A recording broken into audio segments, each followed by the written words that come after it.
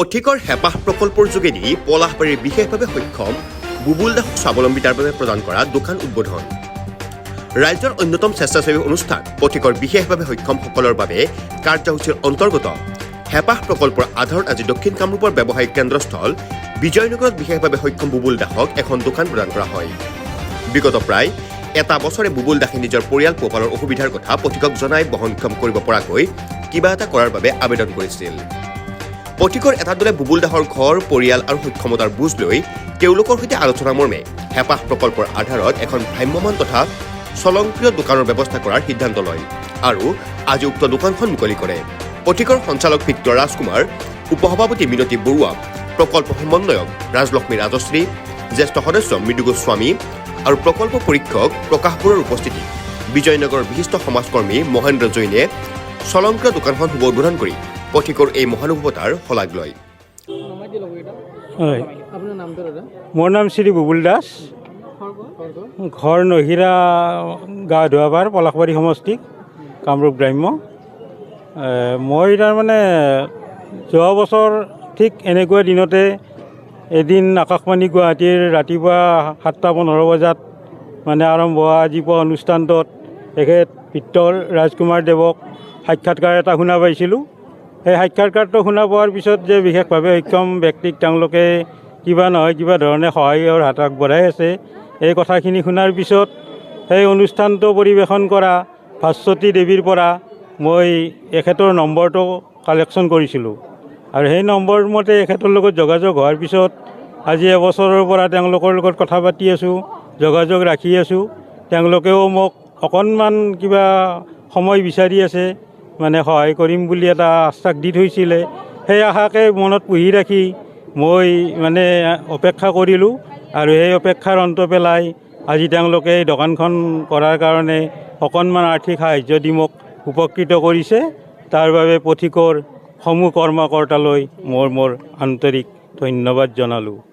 লগতে যোৱা বছৰ ঠিক তাৰিখকেইটা মোৰ মনত মোবাইলত আছে, কিন্তু চিঠিৰ কেইখনৰ কপিও মই ৰাখিছোঁ লগত।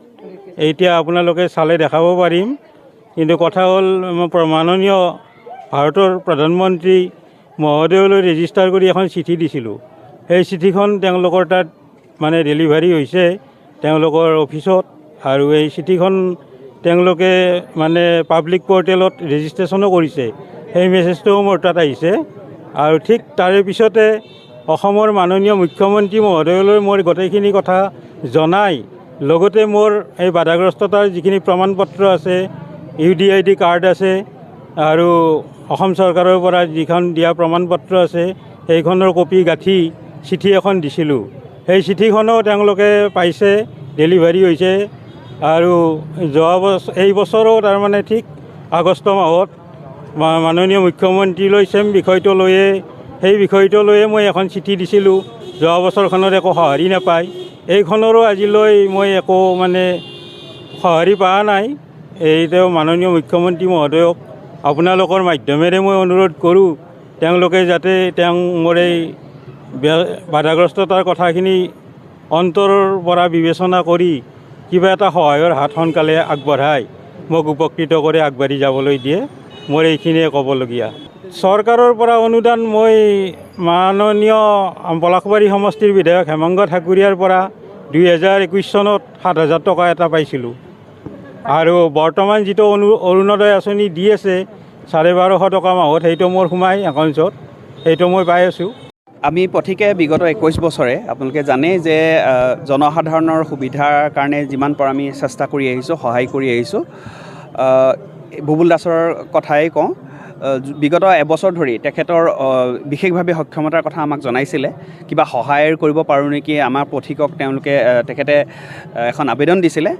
আৰু যিহেতু আমি পথিকে বিশেষকৈ স্বেচ্ছাসেৱী হিচাপে কাম কৰোঁ গতিকে আমাৰ সদস্যসকলৰ বৰঙণি বা বিশেষ ব্যক্তিৰ বৰঙণিৰে আমি যিহেতু কাম কৰিব লগা হয় গতিকে তেখেতক কৈছিলোঁ যে আমাক অকণমান সময় দিব লাগিব আপোনাক চাব লাগিব যে আপোনাৰ যিটো সক্ষমতা সেইটো কিমান দূৰ হয় আমি পৰীক্ষা কৰিব লাগিব গতিকে সেইখিনি পৰীক্ষা নিৰীক্ষা কৰিবৰ কাৰণে আমি তেখেতৰ তালৈ আহিলোঁ জানিলোঁ জনাৰ পাছত যেতিয়া আমি গম পালোঁ যে তেখেতৰ 80% চকুৰে তেখেতে নেদেখে কিবা এটা কাম কৰিবলৈ তেওঁ সম্পূৰ্ণ নিজে নোৱাৰে গতিকে তেখেতৰ পৰিয়াল আছে গতিকে সেইখিনি আমি জানি পেলাই তেখেতকে আমি সুধিলোঁ যে আপুনি কি ধৰণে কাম কৰিব পাৰিব যিহেতু আমি খন্তেকীয়া বা এটা নিৰ্দিষ্ট অনুদান আমি নিদিওঁ গতিকে তেখেতে ক'লে যে আমি এখন দোকান খুলিব পাৰোঁ সেই দোকানৰ তেখেতৰ লগত আমি কথা পাতিলোঁ দোকানৰ কাৰণে তেখেতে লিষ্ট দিলে আৰু তাত আমাৰ চৰ্ত হ'ল যে আমি ধঁপাতজাতীয় সামগ্ৰী দোকানত বেচিব নোৱাৰিব গতিকে সেইটো তেওঁ মানি লৈ এইখন চাহৰ দোকানৰ লগতে কিবা কিবি চিপছ জাতীয় বস্তু বেচিম বুলি তেখেতে চৰ্ত মানিলে আৰু সেই চৰ্ত অনুসৰি আমি তেখেতক প্ৰথম পৰ্যায়ত 20,000 টকা আমি অনুদান দিলোঁ তাৰে এই দোকানখন আজি শুভ উদ্বোধন কৰিবলৈ ওলাইছোঁ তেখেতৰ উদ্দেশ্য হৈছে কি আমাৰ উদ্দেশ্যটো পইচাটো নহয় বা তেখেতে চলিব পাৰিব নে নোৱাৰে তেখেত যিহেতু বিশেষভাৱে সক্ষম সেই সক্ষমতাক তেওঁ আওকাণ কৰি পেলাই কাম এটা আগবাঢ়িছে ভিক্ষা কৰিবলৈ যোৱা নাই কৰ্মক্ষমতা তেখেতে অটুট দেখুৱাইছে গতিকে আমি যিমান পাৰোঁ সহায় কৰিবলৈ চেষ্টা কৰিছোঁ আৰু তাৰ কাৰণে তেখেতকো ধন্যবাদ যে আমাক সেইকণ সুবিধা কৰি দিছে তেখেতক সহায় কৰিব পৰাকৈ তেখেতৰ মানসিক শক্তি বা তেখেতৰ ইচ্ছা শক্তি আছে যে কাম কৰি খাব পৰাৰ এটা কথা আছে গতিকে তেখেতক সন্মান জনাইছোঁ আৰু আমি আজি এই দোকানখন যিখন দোকান আমি উদ্বোধন কৰিলোঁ আজি ধন্যবাদ পলাশবাৰীৰ পৰা জিতুমণি শৰ্মা report news any 365 Stay informed, stay ahead. News Any 365.